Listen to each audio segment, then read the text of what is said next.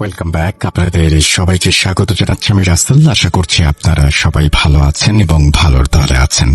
আমিও ভালো আছি আর ভালোর দলে আছি। কোনো কথা না বাড়িয়ে নতুন একটা ঘটনায় যাব।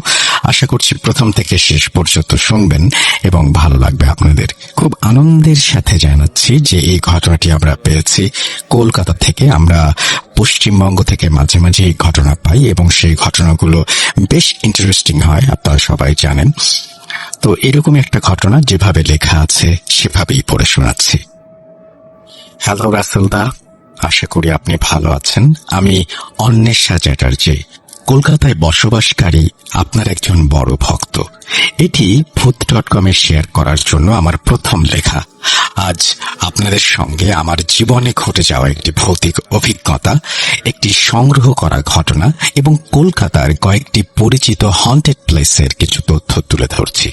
কোথাও কোনো ভুল ত্রুটি হলে ক্ষমার দৃষ্টিতে দেখবেন। প্রথমে আমার নিজের অভিজ্ঞতার কথাই বলি। আমি যখন ছোট ছিলাম, এক রাতে আমার বাড়ির কাছের একটা পুরনো বটগাছের ডালে একজন মহিলাকে বসে থাকতে দেখেছিলাম। তার চুল ছিল অত্যন্ত লম্বা আর পরনে ছিল একটা লম্বা সাদা শাড়ি, যা অন্ধকারের মধ্যেও অদ্ভুতভাবে জ্বলজ্বল করছিল। ভয়ে দৌড়ে বাড়ি ফিরে বাবা মাকে সবকিছু বললেও কেউ আমার কথা বিশ্বাস করেনি। পরে জানতে পারি অনেকে মনে করে ওই অবয়বটি ছিল একটি শাকচুন্নি। শোনা যায় বহু বছর আগে যখন আমাদের বর্তমান বাড়িটি ছিল না, তখন ওই জায়গায় একটি বড় জমিদার বাড়ি ছিল, যাকে সবাই রায় বাড়ি বলে চিনত। এক রাতে জমিদার রায় প্রশান্তের স্ত্রী রাঘিনী দেবী রহস্যজনকভাবে মারা যান। তারপর থেকেই নাকি ওই বটগাছটিতে অদ্ভুত সব ঘটনা ঘটতে থাকে। অনেকেই আমার মতো রাতের অন্ধকারে গাছের ডালে এক মহিলাকে বসে থাকতে দেখেছেন।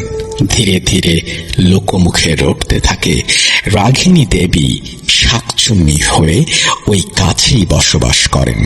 তাই আজও গাছটি শাকচুন্নির গাছ বলেই পরিচিত। এবার আমার সংগ্রহ করা একটা ঘটনার কথা বলি। এই ঘটনাটি ঘটেছে আমার খুব কাছের এক বান্ধবীর সঙ্গে। আমরা দুজনেই রবীন্দ্র সরোবর এলাকায় থাকি। সরোবর লেক কলকাতার একটি অত্যন্ত পরিচিত ও সুন্দর জায়গা, তাই সেখানে যে এমন ভয়ঙ্কর কিছু থাকতে পারে এটা সে কখনোই বিশ্বাস করত না।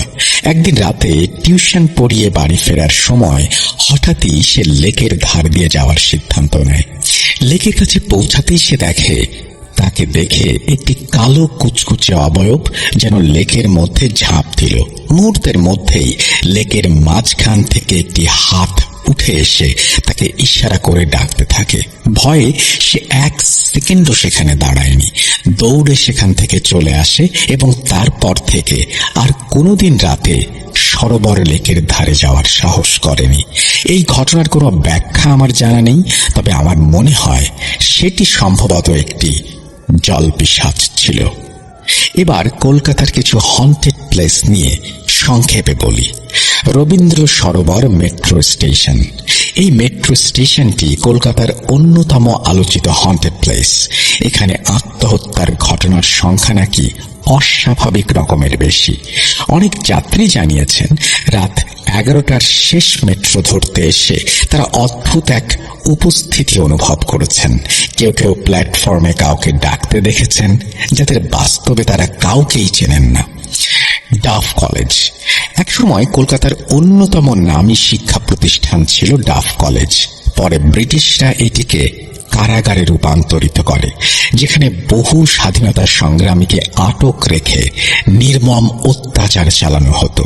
আজ কলেজটি একটি ভগ্নপ্রায় দালানে পরিণত হলেও অনেকের দাবি এখনো নাকি সেখানে সেই সব শহীদ স্বাধীনতা সংগ্রামীদের আর্তনাদ শোনা যায়।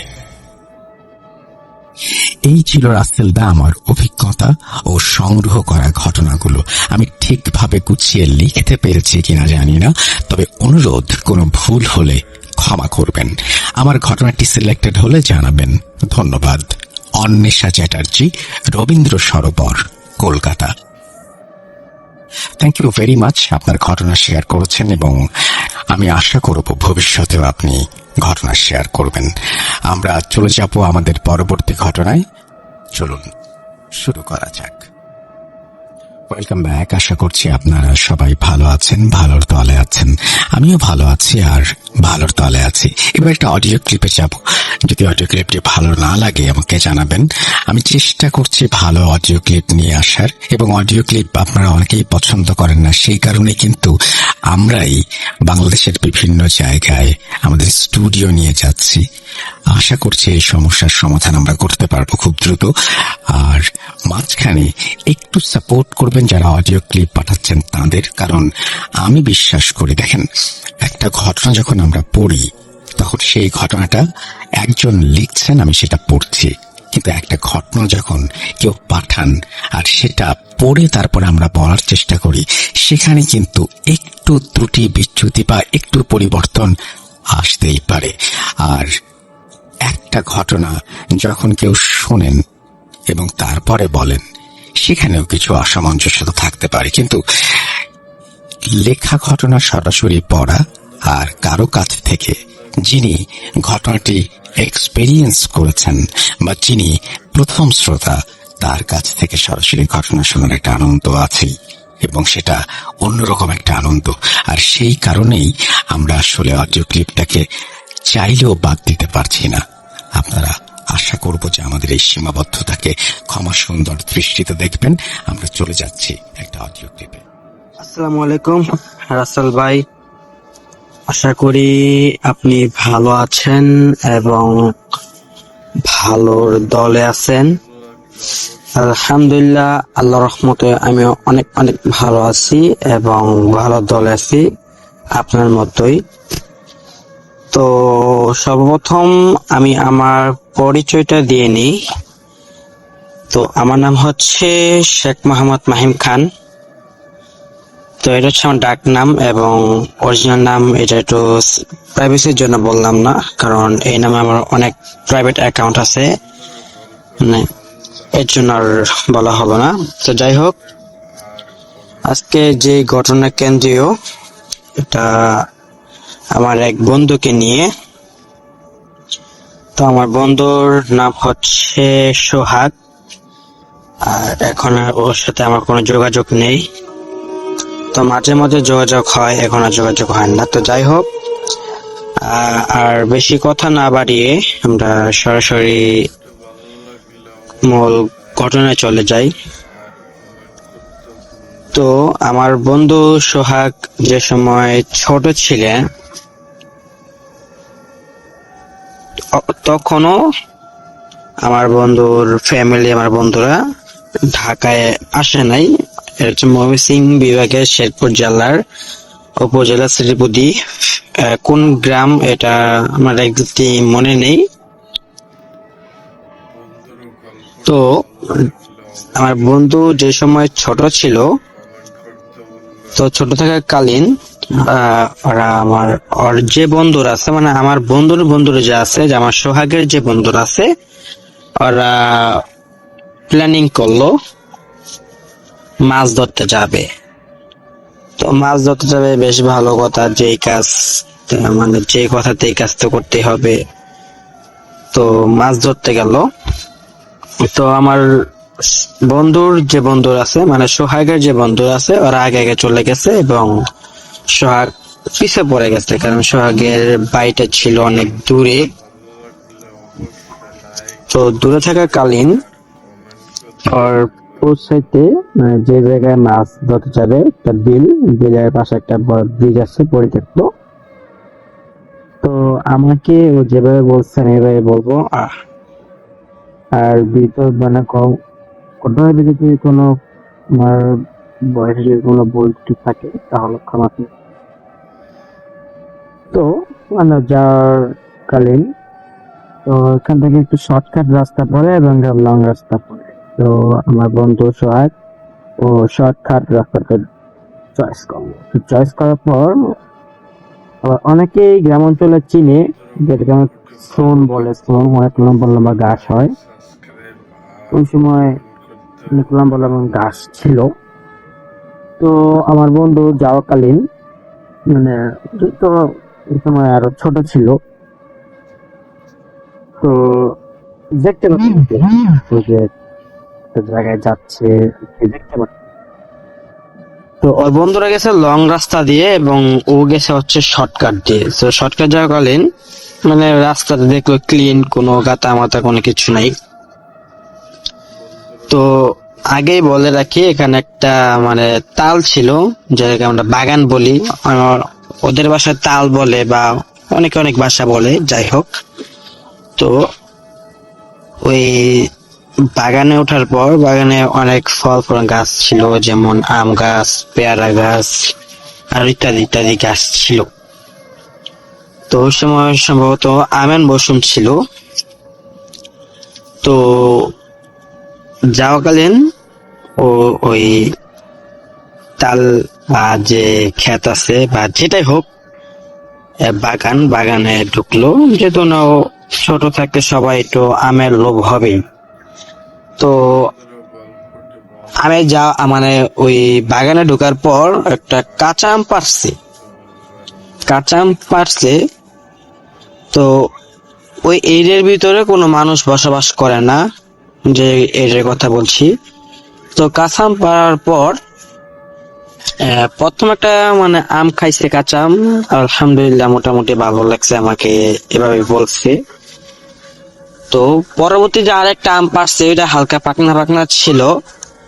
তো আমটা কামড় দেওয়ার পর মানে দেখে ভিতরতে রক্ত পড়ে, মানে কেমন রক্ত বুদবুদ করে।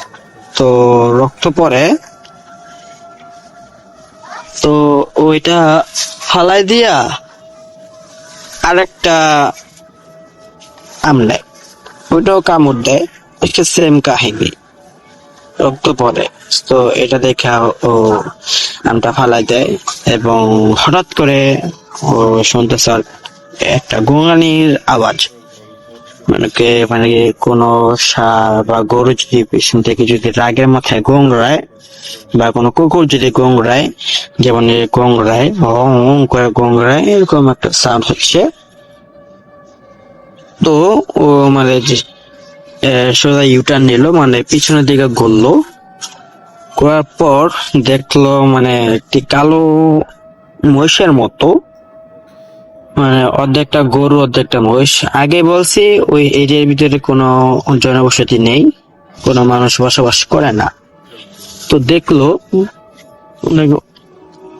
কালো একটা মহিষের মতো দেখতে, এবং চোখ দুটা আগুন লাল টকটকা জল করতেছে। তো এটা দেখা ও একটা দৌড় দিছে, এবং দৌড় দেওয়ার পর মানে ও যেই রাস্তা দিয়ে আসছিল মানে আবার ইউটার্নে আবার ওই রাস্তা দিয়ে গেল। যাওয়াকালীন আমি বলছি রাস্তা কিন্তু একদম ক্লিন ছিল। তো ক্লিন থাকাকালীন মানে মানে দৌড়াইতে ওতে মনে হলো রাস্তাটা লং হয়ে গেছে, অনেক বড় হয়ে গেছে। ও কিন্তু ইজিলি কিন্তু ওই বাগানে ঢুকছে, কিন্তু যে সময় দৌড়াচ্ছিল মানে ওতে মনে হলো মানে রাস্তা বড় লং হয়ে গেল, অনেক লম্বা হয়ে গেল, অনেক বড় হয়ে গেল, এবং সোন গুলো কেমন জানি হয়ে গেল। এবং দৌড়াতে ওর ডান পা একটা মানে গাতার ভিতরে, যেটা গর্ত বা অনেকে অনেক কিছু বলে, পড়ে গেল। এবং পর্যায়কালীন মানে ওর পাটা একটু কেটে যায় এবং রক্ত পড়ে, এবং যে ওর যে ডান পা যে মানে যে জুতা ছিল, এই জুতাটাই গাতার ভিতরে ঢুকে যায়। ও আবার কি করে, ওর ডান হাত এই গাতার ভিতরে ঢুকে এটা বের করতে চায়, মানে জুতার ভিতরে খুঁজে পায় না। পরে ও এভাবেই দৌড়ে চলে আসে। আসার পর ওই সময় মতো মানে সন্ধ্যা হচ্ছে, মানে শুধু তার আগে, যাই হোক। তো পরবর্তীতে আর মাছ ধরতে যায় নাই ও, আর ওর ফ্রেন্ড যে সোহাগ ছিল আর মাছ ধরতে যায় নাই। তো এই কাহিনী গেল। তো এর 2 থেকে 3 দিন পর মানে আর শরীরে মানে কেমন যেন পরিবর্তন হচ্ছে, মানে চেঞ্জ হচ্ছে। তো পরিবর্তন এই জ্বর আসে আবার যায়, মানে হঠাৎ জ্বর চলে আসে, আবার হঠাৎ জ্বর চলে যায়, এরকম সিচুয়েশন হয়, মানে পরিস্থিতি হয়।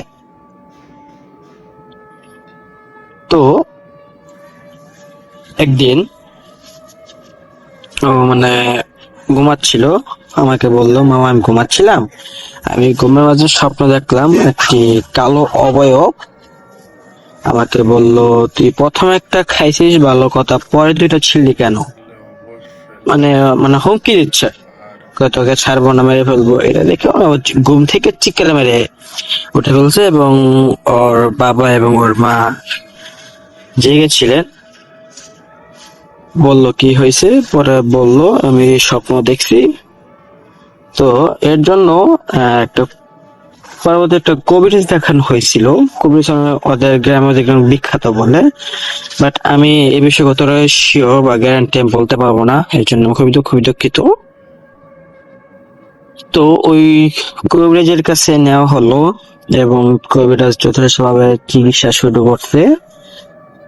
তো চিকিৎসাটা এরকম ভাবে শুরু করছে, একটি অন্ধকার রুম এবং রুমের ভিতরে যেভাবে বলছে আমি এভাবে বলছি। তো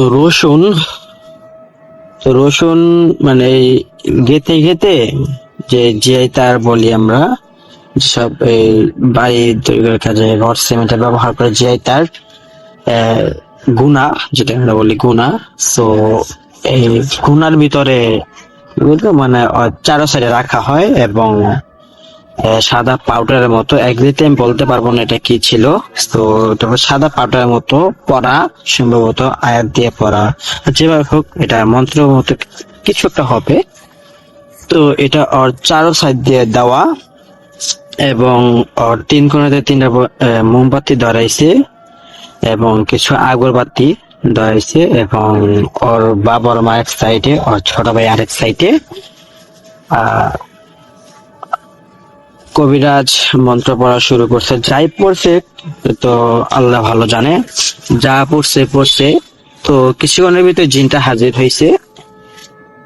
তো জিনটা হাজির হওয়ার পরে বলছে, তুই কিসের জন্য এই শিশুটার কষ্ট দিতেছস, কারণ কি? তারপর কইলো, ও আমার বাগানে গেছে ভালো কথা, ও প্রথমে একটা আম খাইছে ভালো কথা, ও পরাও দুইটা ছিল কেন, এর জন্য আমি দোষারাম ছাড়ম না। তো অনেক কষ্ট করার পর, জোরাজোরি করার পর জিনটি যেতে রাজি হয়েছে। দুইটি লাল মোরগ, একটি লাল গামছা দিতে হবে, যেহেতু এত কিছু ক্ষতি হয় নাই। তো আমার বন্ধু যে সোহাগ ছিল, যে ওর একাই যেতে হবে মাগরিবের নামাজের পর, ওর একাই যেতে হবে দুইটা লাল মোরগ এবং লাল গামছা, যে আম গাছ থেকে ওই যে আম সিরা খাইছে ওই আম গাছের নিচে রেখে সোজা চলে আসতে হবে। আর যদি ভুলেও যদি পিছনে তাকায় তাহলে ক্ষতি হতে পারবে, এটা বলে দিছে। তারপর জিন তো হাজির হয়েছে এবং বের হবে কিভাবে, এখন বলতেছে আমি চলে যাব এই কাম করে, এখন আমার বাইরের সুযোগ পরে যেটা বললাম আটা না পাউডারের মতো পড়া ছিল, ওইটা কবিরাজ একটু কেটে দেয়, মানে একটু মানে সাইড করে দেয়, মানে রাস্তা করে দেয়। মানে ওই সময় দেখে আমার বন্ধু সরাসরি অজ্ঞান হয়ে যায়। অজ্ঞান হওয়ার পর প্রায় বেশ কিছুক্ষণ পর, 2 থেকে 3 ঘন্টা পর, আমার বন্ধুর সোহাগের যে আছে এটা, ওর যে জ্ঞান ছিল জ্ঞানটা আবার ফিরে আসে। তো আলহামদুলিল্লাহ সুস্থ হয়। তো এর পরবর্তীতে কোনো আর সমস্যা হয়নি, কিন্তু সমস্যা হয় আর কিছুদিন পর, মানে ওইটাও একটা স্বপ্ন দেখাইছিল।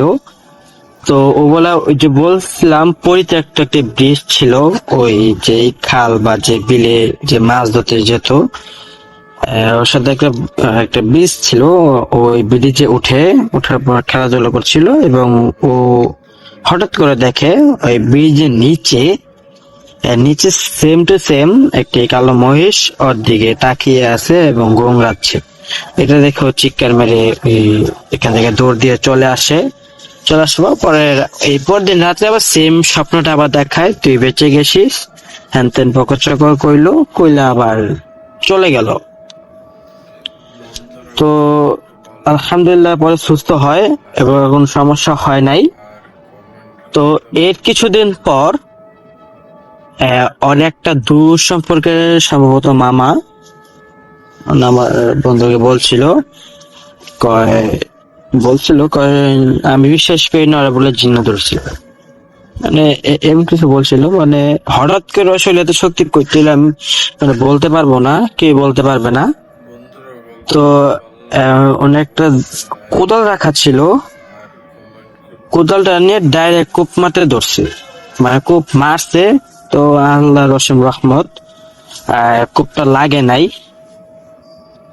তো কূপ লাগে নাই এবং আমার বন্ধু ছিল সোহাগ, ও আমার গোমরাচ্ছিল এবং চোখ দুটা লাল হয়ে যাচ্ছে, মানে অবস্থা খারাপ হয়ে যাচ্ছিল।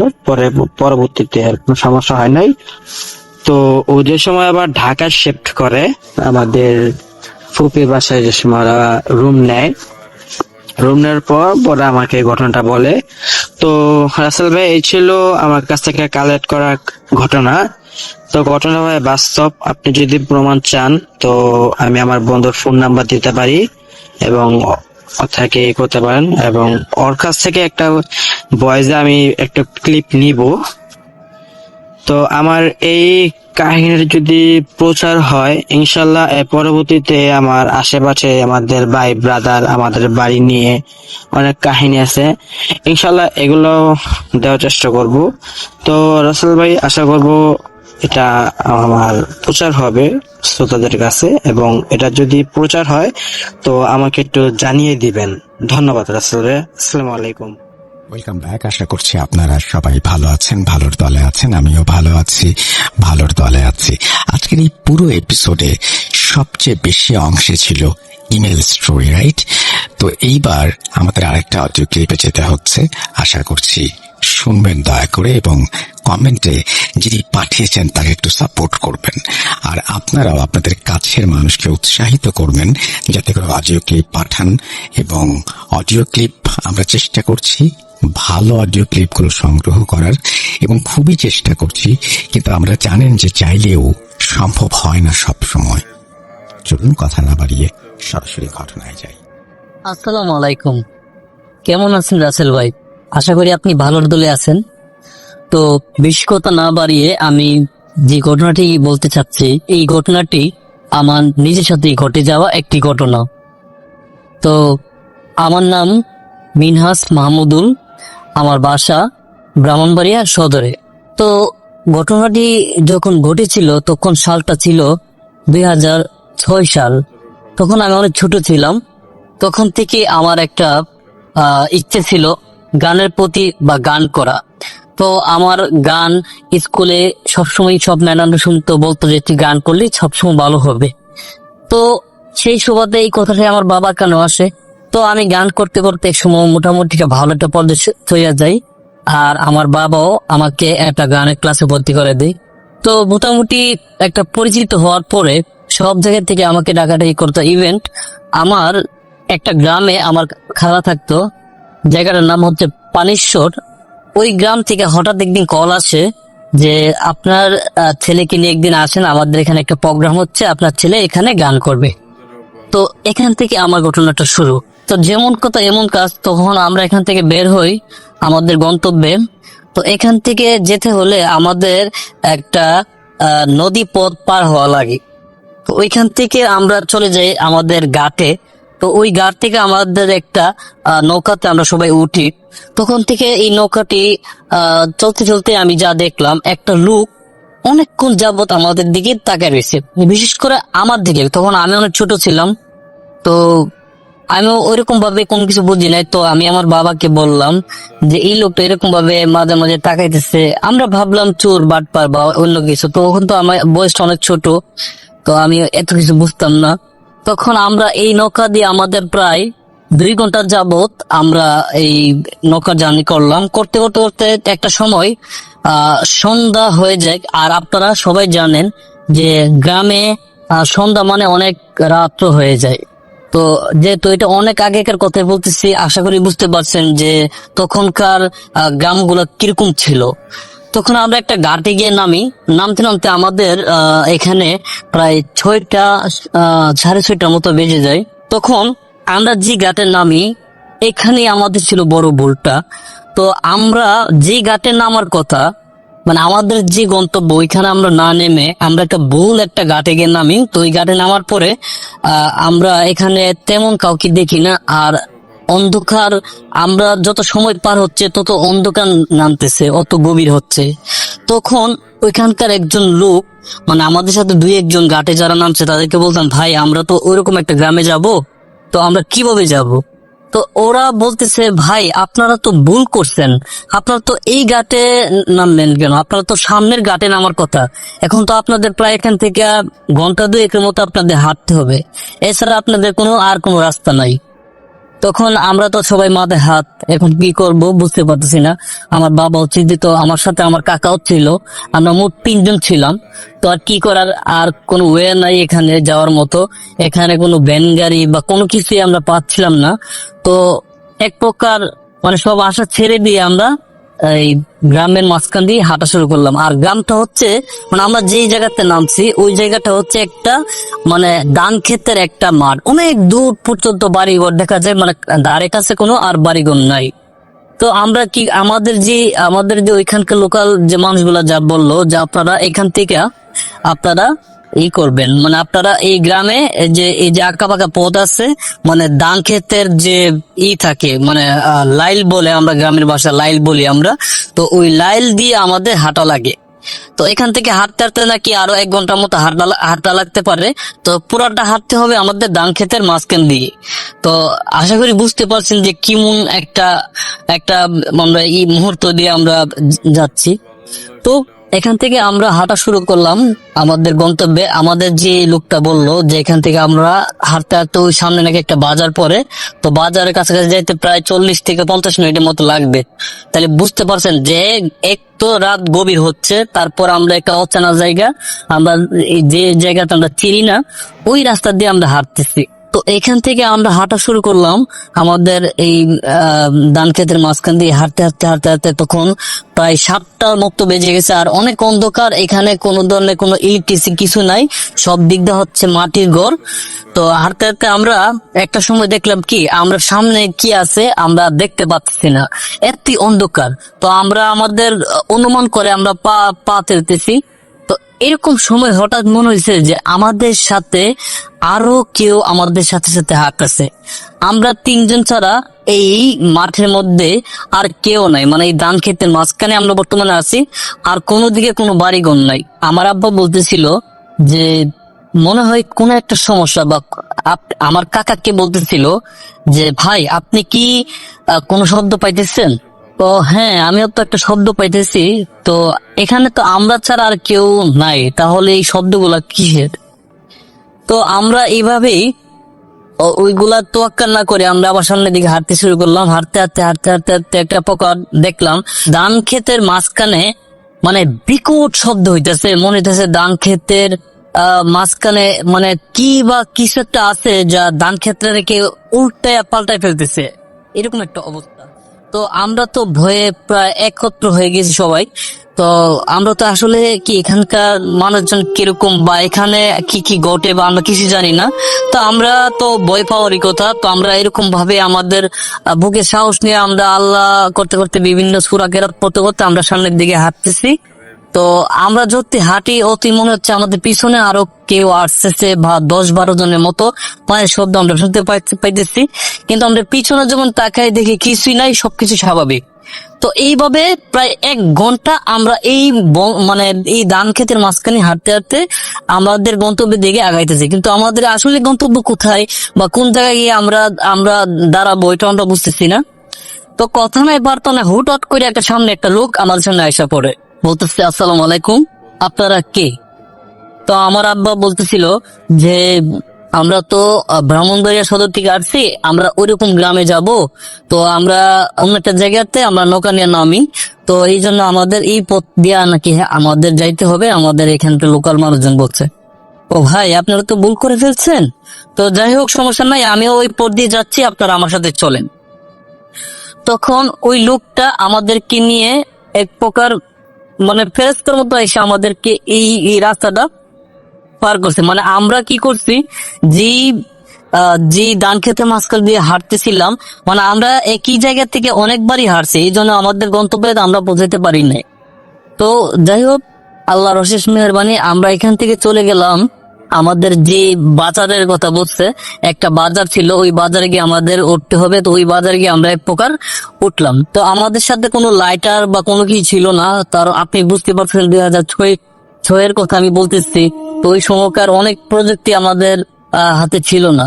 তো এখান থেকে আমরা যখন বাজার যাই, তো বাজারের মধ্যে আপনারা চিনবেন যে একটা ম্যাচ লাইট থাকে, ম্যাচ লাইটের পিছনে একটা লাইট থাকে। তো ওইরকম একটা ম্যাচ লাইট নিয়ে আমাদের যাত্রাটা আবার শুরু করি। কারণ ওইখান থেকে আমাদের আরো 40 মিনিটের মতো আরেকটা রাস্তা আছে, যেটা আমাদের আঁকা পাকা পথ দিয়ে যেতে হবে। যদি ওইটা একটা লোকালয় এলাকা, মানে মানুষের বাড়িঘর আছে, ওইরকম একটা রাস্তা দিয়ে আমাদের যেতে হবে। এখান থেকে আমাদের আসল মানে বিপত্তিটা ঘটে।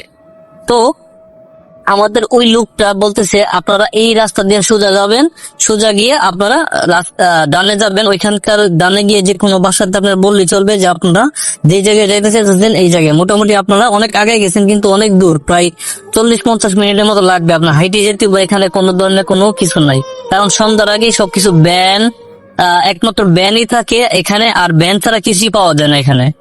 তো যাই হোক, তো আমরা যে কথাই কাজ, আমরা ওইভাবে ওই বাজার থেকে হাঁটতে হাঁটতে হাঁটতে হাঁটতে আমরা চলে গেলাম আমাদের গন্তব্যের উদ্দেশ্যে।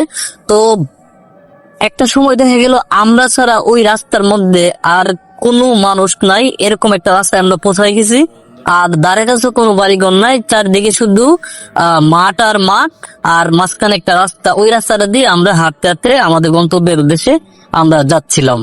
তখন আমাদের সামনে একটা বড় একটা বট গাছ, মানে অনেক পুরানো বড় বড় বট গাছ থাকে না, তো ওই বট গাছ আমাদের সামনে পড়লো। আর বট গাছের চারিদিকে অনেক অনেক ঝোপ ঝাড় ডালপালা অনেক কিছু এখানে। তো আমরা দেখলাম কি ওই বট গাছের অপোজিটে আরেকটা মন্দির আছে। তো এখানে দুজন মানুষকে দেখলাম এখানে মন্দিরে বসে কি কি জানি করতেছিল। তো আমরা ওই দিকে মানে খেয়াল না করে আমাদের যে রাস্তা, ওই রাস্তা ধরে আমরা হাঁটতে শুরু করলাম। তো এখান থেকে আমরা আমাদের রাস্তা হাঁটা শুরু করলাম। তো আমরা একটা রাস্তা ধরে হাঁটতে হাঁটতে হাঁটতে হাঁটতে ঘুরে ফিরে দেখলাম আমরা আবার এই মন্দিরে আইসা ঠেকছি। তো এইভাবে আমরা 3-4 বার আমরা একই রাস্তার মধ্যে পাক খাইতেছি। তো আইসা দেখি একটু আগে যে লোকগুলো এখানে ছিল, তো এই লোকগুলো এখানে নাই। তো এটা আমরা এক প্রকার স্বাভাবিকভাবেই দেখলাম। তো তখন আমার আব্বা বলতেছিল যে ভাই, মানে আমার কাকাকে বলতেছিল যে ভাই, আপনি একটা বিষয় খেয়াল করছেন যে আমাদের সাথে কি কি হইতেছে?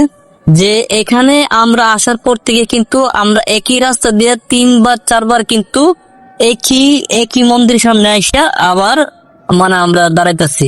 আসলে আমাদের মনে হয় কোন কিছু একটা হইতেছে এই জায়গাতে। তখন এই আমরা আল্লাহ মানে জিকির টিকির করে বা বিভিন্ন সূরা কেরাত পরে আমরা দেখলাম কি যে আমরা যে রাস্তা দিয়ে যাইতেছি ওই রাস্তার বাম পাশে আরেকটা রাস্তা আছে। আমাদের হঠাৎ করে এটা আমার চোখে পড়ছে। তো আমি এখন ছোট ছিলাম, আমি বলছি আব্বা, তো ওইখানে তো আরেকটা রাস্তা আছে, তো ওই রাস্তা দিয়ে চলেন আমরা যাই। তো ওই রাস্তা দিয়ে আমরা যাইতেছিলাম। তো সাথে দিয়ে একটা কবরস্থান, তো ওই কবরস্থানের পাশ দিয়ে আমরা গেছি। আর এখানে বিভিন্ন শব্দ হইতেছিল, কিন্তু আমরা কোনো নিজ চোখে কোনো কিছু দেখতেছি না। মানে আমরা অনুমান করে আমরা রাস্তাটা হাঁটাহাঁটি শুরু করতেছিলাম। তো এই দিক দিয়ে হাঁটতে হাঁটতে হাঁটতে হাঁটতে হাঁটতে হাঁটতে সামনে গিয়ে দেখি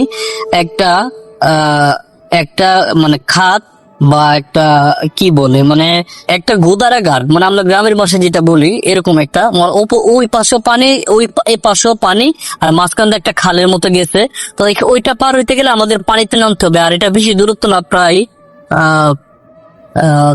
10 ফুটের মতো গ্যাপটা। তো এখানে তো অনেক পানি, তো আমরা তো কিভাবে নামবো? তখন আমরা এই পাশে এসব বসে রয়েছি। আর আমার বাবা চিন্তা করতেছে যে কি একটা বিপদের মধ্যে পড়লাম, এখানে এসে আবার দেখতেছি পানি, এখন কিভাবে পার হইব? কারণ দিনের বেলা এখানে একটা নৌকা থাকে বা একটা ব্যবস্থা থাকে, তো হয়তো আমরা এটা দেখি নাই বা আমরা পাইও নাই। তো এখান থেকে আমি দেখছি কি যে একটা দড়ির মতো কিছু একটা আমার পায়ের সাথে আটকে ছিল। তো ওই দড়িটা যখন টান দিছে, তো ওই পাশে দেখলাম একটা ভেলার মতো কি জানি আমার সামনে আসতেছে। তো এটা হচ্ছে যারা গ্রামে এই ছোট রাস্তাটা পার হয়, মানে এই খাদরা বা খালটা, তো এটাই ভেলা দিয়ে তারা যাতায়াত করে। তো আমি টান দেওয়ার পরে ওই ভেলাটা ওই পাশ থেকে এই পাশে আসছে। তখন আমরা কি করছি, তিনজনে এই ভেলাটাতে পার হয়েছি। তারপর হচ্ছে বালুর মাঠ পরে একটা সামনে আমাদের হাঁটতে হাঁটতে, আর হচ্ছে সাইড দিয়ে হচ্ছে আপনার এই কি বলে মানে ইট খোলা, বড় বড় ইট খোলার একটা কারখানা ছিল এখানে, অনেক পরিত্যক্ত ইট খোলাটা। তো হাঁটতে হাঁটতে হাঁটতে আমি আমি আমি আর আমার বাবার জন হাঁটতেছিলাম। তো পিছনে পিছনে দেখলাম যে আমার কাকা নয়। তখন আমার বাবা তো বলছে, এই তোর কাকা কই? আমি বলতেছি, না আব্বা, আমি তো কাকার দেখতেছি না, কোথায় জানি। তো এই কি বলস? পরে পিছনে থাকে দিই এক ডুবার মধ্যে আমার কাকা পড়ে আছে। আমার কাকা প্রায় কোমর পর্যন্ত ডুবার মধ্যে পড়া মানে হাঁপাইতেছে।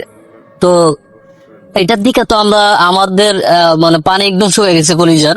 তো আমার আব্বা ধুইরা গিয়া আমার কাকাকে উঠাইছে। ওঠানোর পর এখানে ওনার একটা সাইডে নিয়ে পানি টানি পরিষ্কার করে তখন ওনাকে নিয়ে আমরা হাঁটা দিছি। এখন আমাদের প্রায় গন্তব্যের কাছাকাছি আমরা চলে আসছি।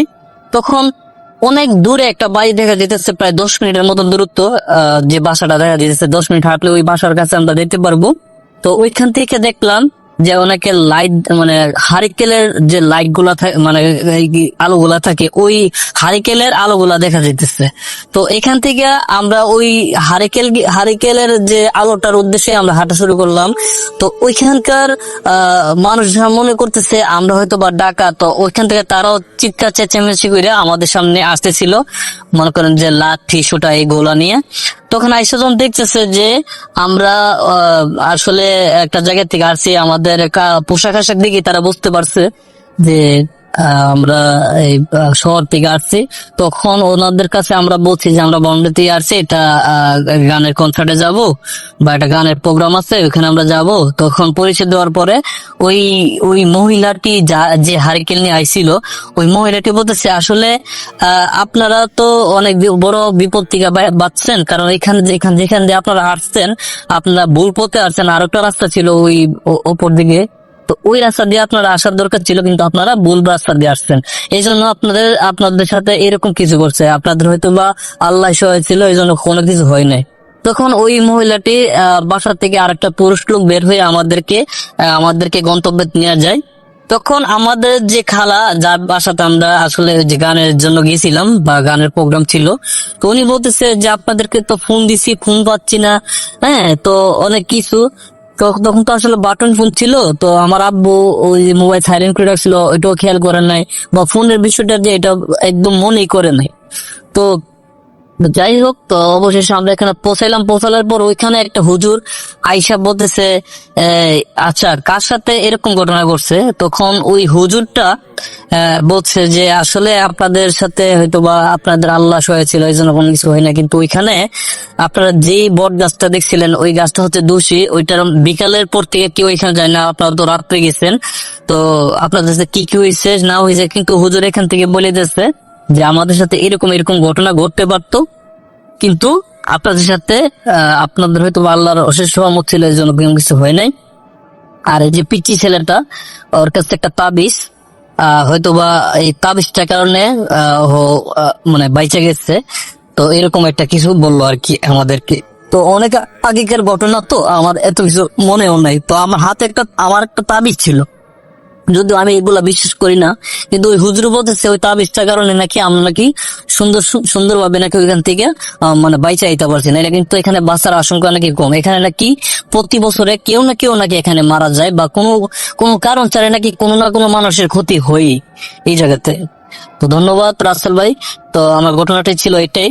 তো কোনো ভুল ত্রুটি হয়ে থাকলে ক্ষমা দৃষ্টিতে দেখবেন। আসসালামু আলাইকুম, ধন্যবাদ। Welcome back. আশা করছি আপনারা সবাই ভালো আছেন এবং ভালোর তলে আছেন। আমিও ভালো আছি আর ভালোর তলে আছি। বেশ কিছুদিন ধরে আপনাদের বলছিলাম যে আমরা চাচ্ছি সারা বাংলাদেশে আমাদের স্টুডিওগুলো ছড়িয়ে দিতে, যাতে আপনারা একেবারে কাছাকাছি কোথাও এসে আপনাদের ঘটনাগুলো শেয়ার করে যেতে পারেন। আর সেই উদ্যোগ থেকেই সাবিত আর সিফাত মিলে ময়মনসিংহ আর তার আশেপাশের এলাকার ঘটনাগুলো সংগ্রহ করছেন, এদিকে রোহান করছেন কুষ্টিয়া অঞ্চলের ঘটনা। আমরা আস্তে আস্তে আরো অনেক জায়গাতেই যাব, আমাদের একটু সময় দেবেন দয়া করে। তো রিসেন্টলি একটা ঘটনা সাবিত রেকর্ড করেছেন স্থানীয় একজন স্টোরি টেলারের কাছে। আমরা সরাসরি তার কাছে যাব, চলুন শুনে আসি ঘটনাটা। আসসালামু আলাইকুম ডিয়ার লিসেনার্স, আশা করি সকলেই ভালো আছেন এবং সুস্থ আছেন। আমি মোহাম্মদ সাবিত আলম বলছি ময়মনসিংহ স্টুডিও সেটআপ থেকে। আমাদের সাথে আজকে ময়মনসিংহ স্টুডিওতে উপস্থিত আছেন একজন গেস্ট। আমি কথা না বাড়িয়ে সরাসরি চলে যাব আমাদের গেস্টের ঘটনায়।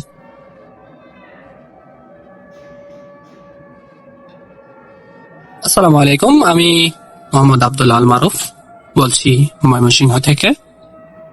রাসেল ভাই, আশা করি ভালো আছেন, শ্রোতারা সবাই সুস্থ আছেন। তো আজকে আমি এখানে আমার ভাস্তি সম্পর্কের দুইজনের ঘটনা বলবো। একটা হচ্ছে আমি উপস্থিত ছিলাম, সরাসরি আমি নিজে দেখেছি, আর একটা হচ্ছে আমার আম্মুর মুখ থেকে শুনেছি। তো তার আগে কিছু সারাউন্ডিংস ব্রিফ করা উচিত আমি মনে করি। তো আমার যে পরিবার বা আমার যে কি বলে বংশ গোষ্ঠী, এর মধ্যে বেশ কিছু এরকম ঘটনা আমি শুনতে পেরেছি। কারণ হচ্ছে আমার দাদা ছিলেন বড় একজন আলেম, তার বড় বাবা আরো বড় আলেম ছিলেন। আমার এক ফুফা আছেন, উনিও খুব পরহেজগার ব্যক্তি, উনিও জিন নিয়ে রুকিয়ে টুকিয়ে করতে পারেন, ওনারও কিছু সারাউন্ডিংস ঘটনা আছেন। এইসব কারণে আমি ঘটনাগুলোর সাথে লোকমুখে শুনে হলেও খুব ভালো রকম পরিচিত। আমি ছোট থাকতে আমার নানুর বাসায় বেশ কিছুদিন সময় কাটিয়ে পরে আমরা সেপারেট বাসা নিতে পেরেছিলাম, আর ওইখানে আমার অনেক সময় গেছে। পাশেই ছিল আমার ফুপুর বাসা। ময়মনসিংহের যারা পুরাতন প্রাচীন লোকাল লোক তারা জানবেন, গ্রেটার ময়মনসিংহ শহরতলির সর্বপ্রথম 5 তালা ছিল আমার ফুপার। ভবনটির নাম হচ্ছে জান্নাতাবাদ ভবন। এটা চুন সুরকি দিয়ে করা বিল্ডিং, তখনও সিমেন্ট হয়নি, স্বাধীনতার পরপর বা আগে এই বিল্ডিংটা করা। তো হচ্ছে এই বিল্ডিংটার সামনে ছিল একটা বড় পুকুর। এই পুকুরের এক কিনারে ছিল একটা তাল গাছ। এমনকি ভর দুপুর বেলায়ও আমাদের এই তাল গাছের নিচে যাওয়া নিষিদ্ধ ছিল। ছোট থেকে আমাদেরকে এইভাবেই বড় করা হয়েছে। রাতে ওই তাল গাছের নিচে দিয়ে যদি বড়দের সাথেও আমরা যেতাম, বড়রাও দেখতাম কেমন যেন নার্ভাস হয়ে যেত। এই তাল গাছটাকে সবাই এড়িয়ে চলতো। তাল গাছটা দীর্ঘদিন কাটা যায়নি, কাটতে গেলে কেউ না কেউ অসুস্থ হয়ে যেত। তো এটা মোটামুটি ওই এলাকায় এস্টাবলিশড যে তাল গাছটার সাথে কিছু একটা ছিল। এখন তাল গাছটা নেই, ওই জায়গায় একটা বড় বিল্ডিং হয়েছে, এখন কোনো সমস্যা নেই। পরে ফাইনালি কাটা হয়েছিল, কিন্তু দীর্ঘদিন পর্যন্ত এই তাল গাছ ঘেরা একটা রহস্য আমাদের ছিল। তো যেই দিনের ঘটনা আমি বলছি, তখন আমিও ছোট। আমার চেয়ে 6 বছরের ছোট হচ্ছে আমার এক ভাস্তি। এই ভাস্তির সাথে ঘটা ঘটনা ওই দিন হয়েছিল কি, ওই তাল গাছের একটা তাল, একটা বা কয়েকটা তাল নিয়ে আমার ফুপি পিঠা বানাচ্ছিল। পিঠা বানানোর এক পর্যায়ে পাশে, তখন আমার ভাস্তি হচ্ছে অলমোস্ট নিউবর্ন, 1-1.5 মাস বয়স হবে। পিঠা বানাচ্ছে পাশের ঘরে, এই ঘরে ছিল। রাত হয়ে গেছিল পিঠা বানাতে বানাতে অনেক। ভাস্তি স্বাভাবিকভাবে শুয়েছিল। তো আমার যে ভাবি আছেন উনি পিঠার কাজে হেল্প করতেছেন। হঠাৎ করে হচ্ছে কি, ভাস্তি অস্বাভাবিকভাবে কান্না শুরু করে দিয়েছে। কান্না শুরু করার এক পর্যায়ে যখন তাকে একটু ভালো রকম অ্যাটেনশন দেওয়া হলো, তার কেমন যেন একটা শরীরের কালার চেঞ্জ হয়ে যাচ্ছে এরকম। এই ধরনের ঘটনাগুলো আমি পরে আরেকটা ঘটনা এটার সাথে যুক্ত করে বলবো। তো আমি জানি যে এই ধরনের ঘটনাগুলোতে বাচ্চার যে শারীরিক অবয়ব বা কালার আছে এটা খুব র্যাপিডলি চেঞ্জ হয়।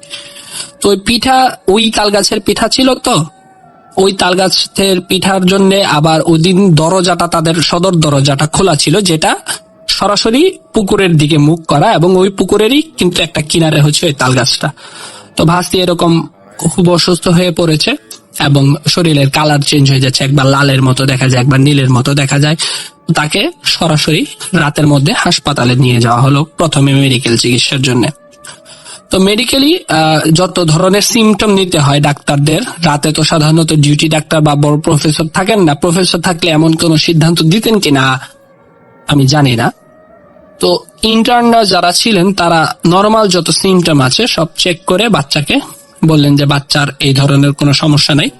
এর মধ্যে একজন ইন্টার্ন ছিলেন, সে ইসলামিক ভাবে মনে হয় অ্যাক্টিভ ছিলেন, দাঁড়িয়ে ছিল। তো উনি বলেছিলেন ইয়াকে, আমার যে ভাই আছেন ফুফাতো ভাই, ওনাকে বলেছিলেন যে এটা আমার মনে হচ্ছে একটু অন্য ধরনের সমস্যা, আপনি একটু হুজুরের সাথে কনসাল্ট করবেন প্লিজ। তো তারা হাসপাতাল থেকে অগত্যা চিকিৎসা না পেয়ে, মানে চিকিৎসা নেই তো সমস্যা নাই, চিকিৎসা কি করবে, তারা তখন বাসায় নিয়ে চলে আসে। বাচ্চা তখনও এরকম কালার চেঞ্জ হয়ে যাচ্ছে, সমানে কান্না করছে, অস্বাভাবিক কান্না, হাত পা খিচ দিয়ে আনছে, হাত পা বেঁকে যাচ্ছে, এরকম একটা ঘটনা। তখন জরুরি ভিত্তিতে আমাদের যে পাটগুদাম ব্রিজমোর মসজিদের যে বড় হুজুর আছেন আব্দুল কাসিম সাহেব, ওই কাসেম সাহেবকে ডেকে নিয়ে আসছেন, বড় হুজুরকে।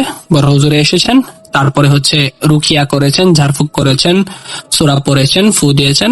কিছুক্ষণ চিকিৎসা ইসলামিক পদ্ধতিতে চললো, পরা পানি দিল, ঝাড় করা পানি, ফু করা পানি, এটা খাওয়ানোর পরে বাচ্চাকে এটা দিয়ে শরীর টরীর মুছে দিয়েছে বা এরকম কিছু। তারপরে আস্তে আস্তে স্বাভাবিক হয়ে গেল। তো এই ঘটনাটা এখানেই শেষ। কিছু তো একটা ঘটেছিল সেই রাতে, ওই তালগাছ ঘেরা রহস্যের জন্য পুরাতন বাড়ি, তো বাস্তি এরকম হয়ে গেছিল।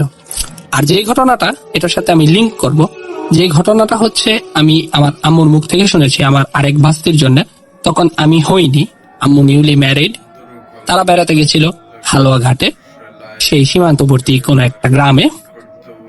সেখানে হচ্ছে আমার ফুপার কথা যে বললাম, আমার ফুপা হচ্ছে ঝাড়ফুঁক করেন বা জিন নিয়ে রুকিয়া করেন, উনার সরাসরি নাতি, উনার ডিরেক্ট নাতি, আমার দূর সম্পর্কের ভাস্তি হয়। আশা করি আফসারা আন্টিও ঘটনাটা শুনবেন। উনি আমার বয়সে বড় বিধায় ওনাকে আন্টি ডাকি, কিন্তু উনি পদে হচ্ছে আমার ভাস্তি। ওনার সাথে নিজের সাথে ঘটা ঘটনা, যেহেতু ফুপা এইসব জিন বা এই সাবজেক্ট নিয়ে কাজ করতেন, তো উনাদের হয়তো বা একটা আক্রোশ ছিল ফুপার প্রতি, বা তার অনিষ্ট করার জন্য একটা অপচেষ্টা চলতো। তা আম্মু বলল এরকম একটা সন্ধ্যার আগের রাতে হঠাৎ করে আফসারাকে অ্যাটাক করে বসলো বা পোজেস করে বসলো কোন একটা বেল গাছের নিচ দিয়ে। যখন তাকে নিয়ে যাওয়া হচ্ছিল তখন এই গাছটাকে অনেকে সমস্যা বলতো। তো এই যে অ্যাটাকটা করলো, আমার আম্মু এইভাবে বলেছে যে আমি আমার জীবনে এই ধরনের কোনো ঘটনা প্রত্যক্ষদর্শী আমি হইনি। আমার হাতে নেওয়া আফসারাকে আমি কোলে নিয়ে রাখছি, আমার কোলের মধ্যে বাচ্চা একবার লাল হয়ে যাচ্ছে, একবার নীল হয়ে যাচ্ছে, একবার হলুদ বর্ণ হয়ে যাচ্ছে, র্যাপিডলি কালার চেঞ্জ করতেছে। আর এই যে কান্না তো থামে না, সে এক বিভৎস ঘটনা, বাচ্চা মারা যাচ্ছে, এরকম একটা আতঙ্ক তৈরি হয়ে গেছে। আম্মু বলতেছে আমার কোলে আমি হাতে দেখতেছি যে সমানে কালার চেঞ্জ হচ্ছে এরকম থেকে থেকে। তো এটা তো আর একবারে ডিপ পার্পল হয়ে যাবে না, ওই একটা নীলাভ ধরন চলে আসে, অক্সিজেন কম হয়ে গেলে যেরকম হয়, আবার একটু বেশি রক্ত সঞ্চালন হয়ে গেলে একটা লাল কালার হয়ে যায়, এরকম হয়ে গেছে। তখন ফাইনালি ফুপাকে কল দেওয়া হলো, ডেকে পাঠানো হলো আর কি। ফুপা আশেপাশে ছিলেন কোথাও হয়তো বা, ফুপা আসলেন। ফুপা তো কেয়ার এক্সপার্ট, তো ফুপা যেটা করলেন, বাচ্চার যে ছোট আঙ্গুল আছে বা কনিষ্ঠার মধ্যে নখ দিয়ে চাপ দিয়ে ধরে কিছু রুকিয়া করলেন, সূরা পড়লেন। তো এই ধরনের কিছুক্ষণ রুকিয়া করার পরে আস্তে করে কান্না থেমে গেল। তো যেই ব্যাপারটাই ছিল এটা হয়তো বা চলে গেল, আস্তে আস্তে স্বাভাবিক হয়ে গেল। তারপরে আর সমস্যা হয়নি, হয়তো বা একটু জ্বর ছিল কয়েকদিন, তারপরে বাচ্চা সুস্থ হয়ে গেছে। কিন্তু এখনো আম্মু বলে যে এটা আমার এখনো চোখে ভাসে যে এইভাবে কিভাবে একটা বাচ্চার র্যাপিড ভাবে কালার চেঞ্জ হতে পারে, এইভাবে অস্বাভাবিক কান্না, হাত পা কিচ দিয়ে নিয়ে আসে। এই দুইটা ঘটনা একসাথে বলার কারণ হচ্ছে একটা নির্ধারিত কোন সত্তা বা শ্রেণী হয়তো বা বাচ্চাদের উপর প্রচেষ্টা বেশি করে, বা সিমটমটা এই একই টাইপের হয়। আমাদের শ্রোতাদের মধ্যে অনেকে হয়তো লিঙ্ক করতে পারবেন, তাদের আল্লাহ না করুক তাদের বাচ্চার সাথে বা তাদের আত্মীয় স্বজনের কোনো বাচ্চার সাথে হয়তো বা দেখবেন যে একই টাইপের ঘটনা ঘটেছে। এই ঘটনাগুলোর সিকোয়েন্সটা কমন, এরকম হয়ে যাচ্ছে। হয়তোবা আগে বেশি হতো, এখন কম হয়, কিন্তু হয় না যে তা না। মেডিকেল সায়েন্সের ভাষায় এটাকে অন্য কিছু বলা হতে পারে, ইসলামিক ভাবে বিশ্বাস থাকলে বা ধর্মীয় বিশ্বাস থাকলে এই ঘটনাকে অন্য কিছু বলা হতে পারে। ধন্যবাদ রাসেল ভাই। এই ছিল আজকের আমার এইখানের ঘটনা আমার ভাস্তিদেরকে নিয়ে। তো সবাই ভালো থাকবেন। আসসালামু আলাইকুম। ধন্যবাদ মারুফ, আপনাকে অসংখ্য ধন্যবাদ আমাদেরকে ঘটনা দেওয়ার জন্য। আমি আর কথা না বাড়িয়ে সরাসরি চলে যাব রাসেল ভাইয়ের কাছে। আমি মোহাম্মদ সাবিত আলম ময়মনসিংহ থেকে আজকে বিদায় নিচ্ছি। আসসালামু আলাইকুম।